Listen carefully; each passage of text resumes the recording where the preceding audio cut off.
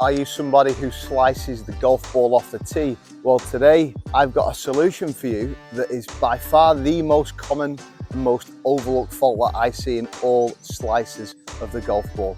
And thankfully, it's something that any golfer can do. Okay, so when we're talking about slicing the golf ball, now two things happen, but one big thing happens, okay? The big thing that happens is that club face is open when you are hitting the golf ball. Okay, so I always say the face is king, the path is queen. Okay, we know you're probably over the top, we know that you are most likely coming across the golf ball, but 9 times out of 10 that is a result of the club face being open. Okay, and for me that's overlooked. So when we are talking about that open face, if you're coming into the ball wide open like that, there's one of two things you'll probably do. Either as a high handicapper, you'll swipe across the ball, you'll hit that big ugly slice, no distance, offline, not the shot you want. Or you might be a low handicapper, you've got that open club face, and then you try and save it with your hands, okay? And we might even see the dreaded hook there. Both faults obviously are going to give you a lot of inconsistency. Your scores are going to be much higher than you think you probably deserve. Okay, so how do we fix that club face? Now, for me, there's one key thing that's going to make a huge difference, okay, and that is in the grip. When it comes to the grip, okay, I see so many people with what we call a weak grip. Now, that essentially means that your lead hand, in my case, is a right hand, the left hand is too much under the golf club, okay, so I'm too much under the golf club and it's too much in my palm, okay? As soon as it gets in the palm, in that sort of lead hand there, and then the right hand kind of gets a little bit too much over, that causes that face to roll open in the backswing. We get too much toe hang at the top, and then as we're coming down, that face is so far open that we've got 2 or 3 options, but none of them are great options, okay? I see a lot of guys just throwing their hands at it, trying to square that face off. We get this kind of ugly position here where that face gets open, hands behind, high right, such a weak golf shot, okay?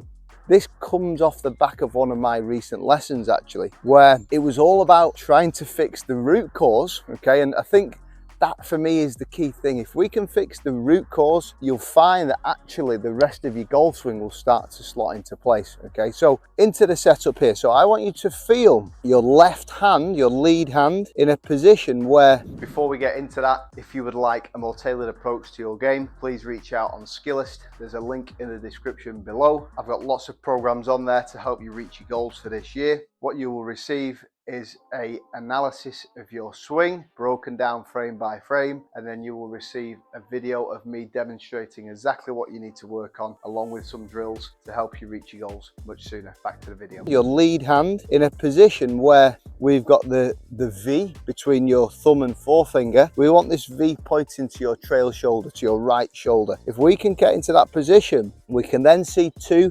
maybe even a 3rd knuckle in that setup. If you can see 2 to 3 knuckles, we're going to be in a position here where, as we take the club back, that this club face can stay much more square in the takeaway. You'll see behind there that that face is now matching my spine angle. When we're in this weak position, as I said, it just gets so open, becomes very difficult to manage. So into this position here, again, I would say grip change is one of the hardest things to do in terms of just getting used to it, but it's clearly easy just to do, but to change we know is difficult. But have that perseverance, because you will see improvements quite quickly. So into that position there, and then the right hand, the trail hand, think about your forearm facing out, and then all we're going to do is just turn the hand onto it. So turn that right hand onto it, so we're in this position here. I don't want you this position here. I see so many of you slicers out there, the right hand gets too much on top, shoulder gets out, we get into this open position, it's going to lead to a lot of over the top issues. So left hand in position, right hand just underneath. So we've really got this strong setup, strong grip. It's going to make a massive difference to your ball flight, okay? That's going to allow us to get it square, it's going to get it neutral at the top, but then the big thing, as you come down, again, we're going to start to see the face in a stronger position. When we're here, we know the issues. If we're in this position, your body won't go over the top, okay? It's only reacting to that club face. So being aware of what the face is doing in the takeaway, and then equally as it's coming down, it's nice and square. Then all you really have to do is turn onto the golf ball. You're going to get rid of that right miss. It's going to make it so much easier to get more distance, to find the fairway more often, purely through a much stronger grip. So we're going to get into position, trust it, and to be honest, at this stage, if you hit it left, it's probably a box ticked, okay? You know, I quite often say to my students that if you to almost do the polar opposite of what you're doing, it's a big step forward.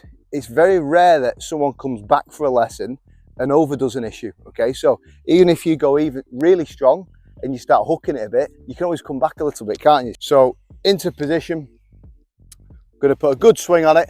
Let's see if we can find that fairway. Pretty good, slightly up that left side, but that's gonna help you get rid of that slice, hit longer and straighter drives, lower your scores.